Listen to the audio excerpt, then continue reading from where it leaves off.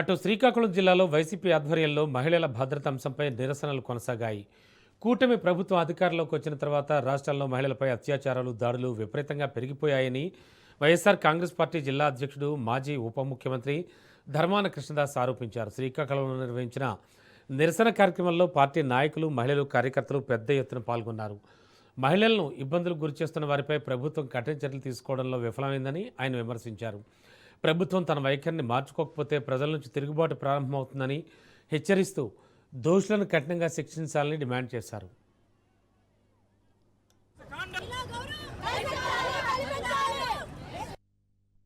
రాష్ట్రంలో కూటమి ప్రభుత్వం ఏర్పడిన మరురాజు నుంచి కూడా అన్ని రకాలుగా ప్రభుత్వం వైఫల్యం చెందింది. దౌర్జన్యాలు, అత్యాచారాలు, ఘోరాలు ఇవన్నీ చాలా సర్వసాధారణం అయిపోయింది. ఒక ప్రభుత్వం తాలూకు బాధ్యత మహిళలకు అత్యంత భద్రత కల్పించవలసినటువంటి బాధ్యత ప్రభుత్వాల పైన ఉంది.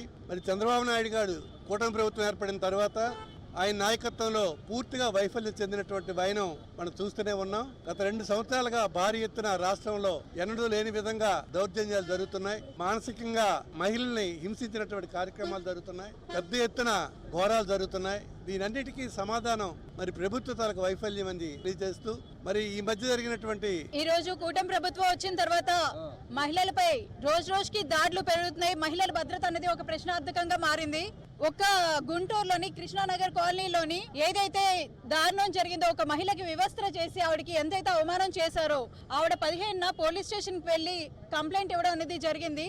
కానీ పోలీస్ స్టేషన్ లో ఎవరు కూడా దీని మీద తక్షణమే యాక్షన్ తీసుకోకుండా వాళ్ళేమో ఇలాగ కంప్లైంట్ ఇచ్చారని వాళ్ళకి వార్డులను తెలియడం, ఆ టీడీపీ సెక్రటరీ ఆమె మహిళ ఎవరైతే ఇంతటి దౌర్జన్యం చేసింది, ఒక మహిళ అని తెలిసి ఒక సభ్య సమాజం ఒక తలదించుకునేలాగా చేసిన ఆ మహిళ అని తలుచుకుంటేనే మాకు చాలా బాధగా ఉంది.